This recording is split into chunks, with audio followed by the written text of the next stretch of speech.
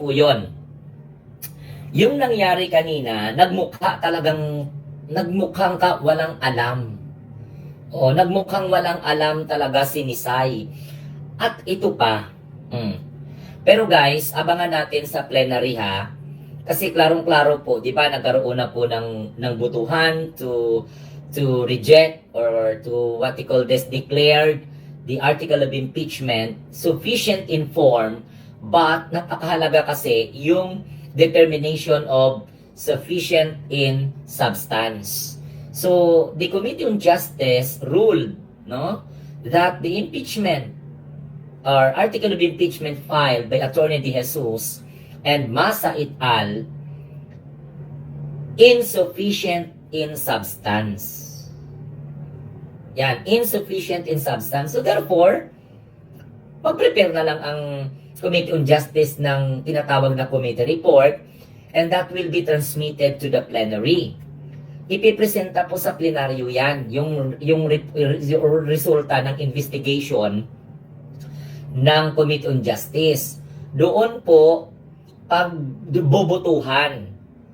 Kung halimbawa, yung tinatawag na overturn of the decision, pwede kasing ibalik rin ng plenary.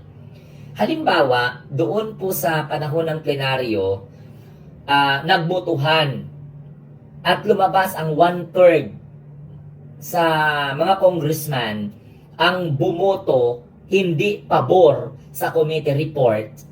So, ibabalik po sa Committee on Justice sa House of Representatives at mapipilitan ang Committee on Justice na i-prepare ang article of impeachment. Pero seldom po na nangyayari po na from the Committee on Justice ibibigay sa plenary at ang plenary i-overturn kung ano ang nangyaring butuhan sa Committee on Justice. Pero bigyan ko lang kayo ng idea, no, na andyan pa rin ang impeachment. Andyan pa rin. Kaya nga abangan natin yan kung paano po i-prepare ng committee ang kanyang committee report. Then, it will be decided through the plenary by simply magbubutuhan kung i-a-adapt ba ang committee report or not. So, halimbawa, lumabas doon na majority of the House of Representative member reject the committee report. So, yun ang tawag dyan is i-overturn ang decision. Ibabalik po ng Secretary General ng House of Representative sa Committee on Justice. And the Committee on Justice is responsible for the preparing the article of impeachment. And then, the article of impeachment, ibabalik ata sa plenary, then, pagbubutuhan yan, going to the, or itatransmit po sa Senado. Pero malabo po yan. Malabo po yan. So, let's not preempt the possible decision of the plenary, no? Dilema, give a statement if Saldico, naku, Ginoo ko sa Pisimat Trinidad, gagaman talaga si Dilema. Alam nyo guys, ang number one na mali ng nagsampa ng article of impeachment, yung Masa et al. Dapat hindi nila in-include si Saldico doon. Kasi, nung in-include nila si Saldico na isang pugante, kasi may warrant na nga, at ipinapauwi na nga siya dito sa ating bansa, then, naunang nag-fabricate ng kuno video which is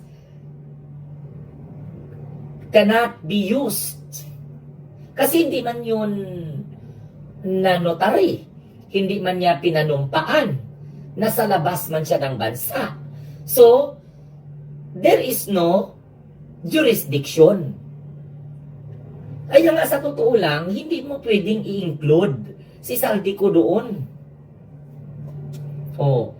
So, dapat ang ginawa nila ng paraan na ibalik nila dito si Saldico, pinanumpaan ang salaysay, inattach doon sa impeachment complaint para mas lalong matibay ang tinatawag na recital of evidence. Yung pinagsasabi ni Saldico, you could not even use it. Why? It is because, ladies and gentlemen, hindi po na-notarize, hindi po napapanumpaan. So the statement of Saldico not belong to public property. Napakahalaga ang salaysay kasi i-exhibit mo man na by the determination of form and at the same time substance. Si Dilima daw alinganga. Gusto ni Dilima papaniwalain niya yung tao na wala pa namang accusation. Wala pa naman, hindi pa naman hinuhusgahan. Kasi pag pinalampas mo yon na wala pong matibay na statement sa mga witness mo, actually nga, first day pa lang, pinapatigil na ni Congressman Abante ang hearing. Alam nyo sa anong reason? Kasi there's no attachment. One of the requirement, as far as the witnesses is concerned, taxpayer. So what is the determination? How can you determine that the witness or what we call the complainant is a taxpayer? Because they affects only their signature. Hindi alam ng committee kung sino yung mga tarpulano na yun. Pangalan lang. There is no identification. Importante kasi requirements kapag nagsampa ka ng kasong impeachment. Pag ikaw ay private citizen, dapat taxpayer ka. Taxpayer ka, and at the same time, include doon yung iyong mga personal information. Halimbawa, nakalagay doon si Pedro Mariano. So, Pedro Mariano nakapirma. Sino yang si Pedro Mariano? How can you quantify that he is really a witness? Kasi pwedeng hindi po nila yun ipipresenta pagdating ng panahon. Yan ang iniiwasan. Kaya kailangan, actually nga, tinanggap nga nagiging napasok sa form as sufficient informed. So what are the qualification na sufficient informed ang complaint, ang impeachment complaint? Andyan yung na-endorse, na-verify, andoon yung na-authenticate. Okay? There is a sworn statement from the complainant, affects they need to affect their signature, and of course identification. Kaya sabi nga dito ni Benny Abante, tapusin na natin because it's a waste of time. So wala silang attaching. Ang mangyari kasi doon, pag pinayagan mo, yan ang nangyari kay Justice Corona. Sinampahan si Justice Corona ng impeachment. Saan pa sila kumuha ng ebidensya? Noong sa kalagitnaan ng impeachment ni Corona. Yun ang nangyari. So ang tawag po doon sa technical term is fishing of evidence. So hindi pwede yun. Dapat kasi ganito po yan. Pag magsampa ka ng impeachment, dapat kumpleto na. Andyan na yung andyan na yung witnesses mo. Itago mo na yung witnesses mo sa isang safe house. Kasi anytime na mag-transmit dapat dyan pa lang sa preliminary, kasi that is what we call the vital yung determination of form, if sufficient in form and substance. Dapat andyan pa lang, ibulwak nyo na ebidensya nyo. Kayong ebidensya nyo na ipakita sa Committee on Justice, yan din ang ebidensya ninyo na ipapaharap sa mga judges sa impeachment court. Anong itago-tago mo kung may ebidensya ka lang man? Tingnan ninyo kay Sara Duterte, pag nagkaroon po ng kay bulto-bulto na ebidensya. Kasi mayroon na siyang impeachment complaint I-revive niya lang ng House of Representatives yun. At hindi po basta-bastang ebidensya yun. That is what included dyan ang committee report. Did you get the point? Included dyan ang committee report na ginawa noong 19th Congress. Kasi walang nagsasabi na batas na hindi mo na siya pwedeng finan. Kasi maliwanag, Supreme Court ruled that the fourth impeachment complaint, gusto kong ipaliwanag sa inyo lahat si Sara Duterte sinampahan ng 4 na impeachment. Yung 1, 2, and 3, hindi po na, kumbaga, hindi kumbaga na archive. Ang ginpasa ng House of Representatives yung fourth impeachment complaint. Ang interpretation ng House of Representatives unconstitutional. So, for what reason? They violate the one-year rule bar. The Supreme Court did not do a ruling in the merit of the evidence. Still, the evidence is intact. Okay? The evidences are intact, subject to be presented before the impeachment court, before the impeachment judges, if necessary. Now, necessary talaga. So ngayon, ang nangyari dito sa impeachment ni Sara, nag-ruling ang Korte Suprema na unconstitutional. It's because it violates the one-year rule bar.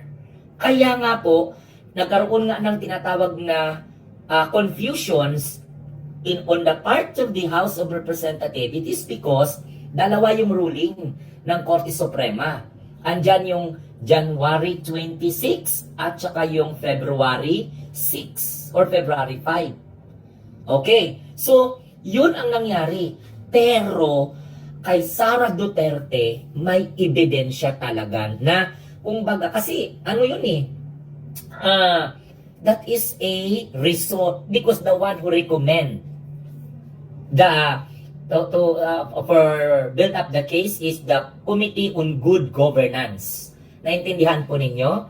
So kaya kayo na mga Duterte diehard supporters, huwag ninyong isipin na ang nangyari ngayon sa impeachment ni PBBM maging precedent. Sabi kung ganun lang naman pala na i-consider na secondary, take note. Majority of the House of Representative members endorsed the article of impeachment. Endorsed the article of impeachment. Not only one, not only two, not only three. Okay? But almost 1/3. And nobody withdraw. Walang nag-withdraw until this point of time. Kaya nga pinaglaban ng House of Representatives kasi ganito yon. Pag hindi po umusad ang article of impeachment ni Sara sa Committee on Justice pa lang, so ibig sabihin, sila din ang nagsampal ng sarili nila. Kasi sila din ang complainant Who endorsed the article of impeachment? The House of Representatives. Gets ninyo? Did you get the point? So there's no reason na hindi matuloy at hindi masabing sufficient in form and substance. Sufficient in form and substance talaga. Because the evidence is intact. Did you understand? Ay, naku, Diyos ko naman. Di ba, yun ang pinapaliwanag ko sa inyo. Kaya maraming nagsasabi. Kasi itong si Laila de Lima, daw tralala. Alam niyo kung ano yung gusto ni punto. Hindi pa naman, normal lang na inaakusahan, ganito, ganyan. Hindi normal yun. When you file an article of impeachment, dapat, kailangan. Ang mangyari lang talaga yan is supplementary.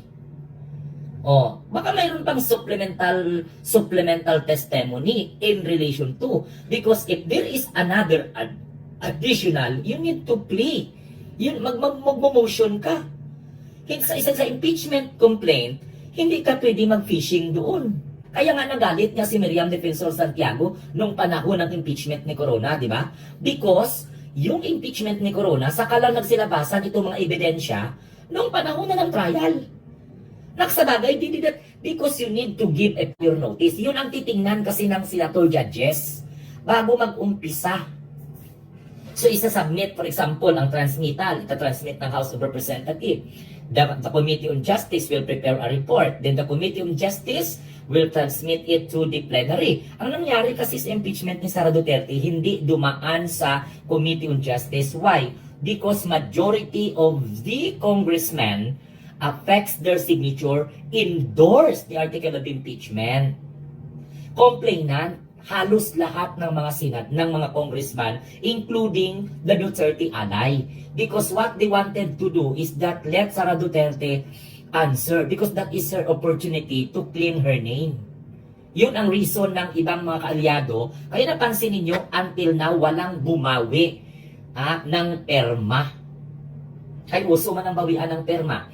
Now, ang nangyari sa article of impeachment ni Sara Duterte, hindi dumaan po sa Committee on Justice. But, na-refer po yun siya sa calendar and nakasali sa order of business at dumaan sa proseso. Dalawang klase kasi eh.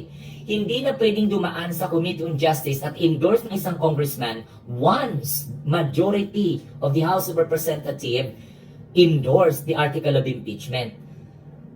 Saka, di ba naalala ninyo sa last session ng House of Representatives, in-endorse? Hinabol?